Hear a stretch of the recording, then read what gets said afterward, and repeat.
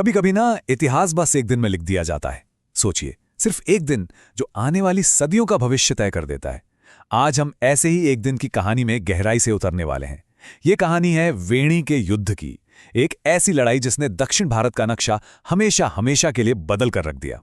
तो सवाल यही उठता है कि क्या सच में सिर्फ एक दिन की लड़ाई किसी पूरे साम्राज्य की किस्मत को नए सिरे से लिख सकती है? वेणी के युद्ध की कहानी हमें इसी सवाल का जवाब देती है। तो चलिए साथ मिलकर इस जवाब को खोजते हैं। तो कहानी शुरू करते हैं पहले अध्याय से, वेणी तक का वो सफर। देखिए, कोई भी बड़ा युद्ध सीधे मैदान में नहीं लड़ा जाता, उससे पहले वो दिमागों में लड़ा जाता है। तो तलवारें टकराने से पहले इरादों का टकराव हुआ था। आखिर ऐसी क्या वजहें थीं जो दक्षिण भारत की दो सबसे बड़ी ताकतों को आमने सामने ले आईं? इस महासंग्राम के केंद्र में दो बड़ी ताकतें थीं। एक तरफ थे चोल साम्राज्य के बहुत ही महत्वाकांक्षी एक युवा शासक करिकाल। उनका एक सपना था पूरी तमिल भूमि को एक झंडे के नीचे ले आना, और उनका सबसे बड़ा हथियार उनकी कमाल की रणनीतिक सोच। और दूसरी तरफ था पांड्य और चेर साम्राज्यों का एक बहुत बड़ा गठबंधन। इसमें एक दो नहीं, पूरे 11 शासक अपनी अपनी सेनाएं लेकर खड़े थे, और इन सब का मकसद सिर्फ एक था, चोलों की इस बढ़ती ताकत को हर हाल में रोकना था। कहने का मतलब है उनकी सेना की संख्या बहुत ज्यादा थी। देखिए, कोई भी युद्ध ना रातों रात शुरू नहीं होता। ये तो चिंगारियों की एक लंबी कहानी थी। शुरुआत हुई सीमाओं पर छोटी छोटी झड़पों से, फिर जब बातचीत से मसला सुलझाने की कोशिशें हुईं तो वो भी नाकाम रहीं। इसी के बाद पांडे और चेर ने मिलकर एक मजबूत सैन्य गठबंधन बना लिया, और आखिरी कील तब ठुकी जब करिकाल ने अपनी सेना को सीधा वेणी की ओर कूच करने का आदेश दे दिया। बस अब वापसी का कोई रास्ता नहीं बचा था। और अब हम कहानी के दूसरे अध्याय पर पहुंचते हैं, यानी सेनाओं का महासंग्राम।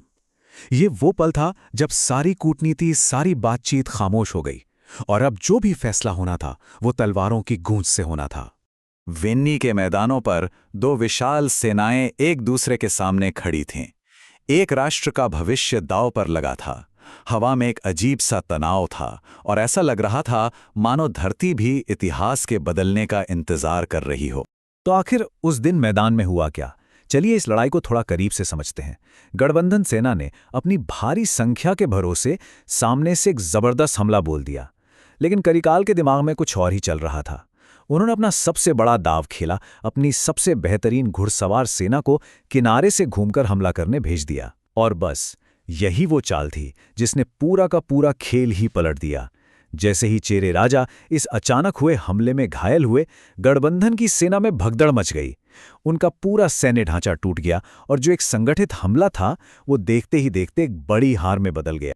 एक पुरानी तमिल कविता में इस पल को बहुत खूबसूरती से बताया गया है। जैसे हिरणों के झुंड पर एक बाघ टूट पड़ता है, वैसे ही करिकाल अपने दुश्मना पर टूट पड़े। ये एक लाइन ही उस हमले की ताकत को समझाने के लिए काफी है। अब जरा इस एक नंबर पर ध्यान दीजिए, 11। ये सिर्फ एक नंबर नहीं है, ये बहुत बड़ी बात है।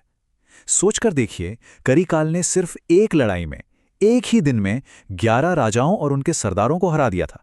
ये कोई मामूली जीत नहीं थी, ये तो एक ही झटके में पूरे के पूरे विपक्ष को खत्म कर देने जैसा था। तो अब लड़ाई की धूल बैठ चुकी थी, तलवारें वापस म्यान में थी।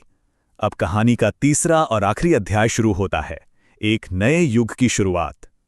अब सवाल ये था कि इस जबरदस्त जीत की नींव पर आखिर क्या बनाया जाएगा।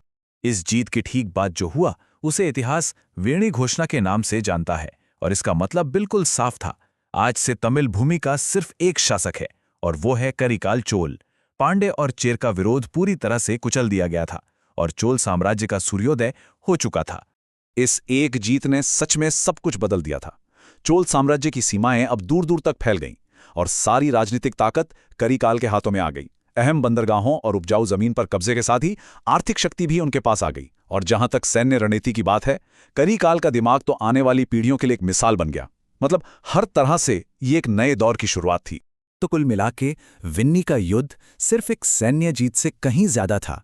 ये तो असल में इतिहास के एक नए अध्याय की नींव थी। एक ऐसा अध्याय जिसने दक्षिण भारत के राजनीतिक और सांस्कृतिक दोनों ही नक्शों को हमेशा के लिए बदल दिया। और ये पूरी कहानी हमें एक बहुत बड़े सवाल पर लाकर छोड़ देती है। किसी राष्ट्र को बनाने, उसे एक करने की असली कीमत क्या होती है? वेणी की कहानी और उसके नतीजे हमें इस सवाल पर गहराई से सोचने के लिए मजबूर करते हैं।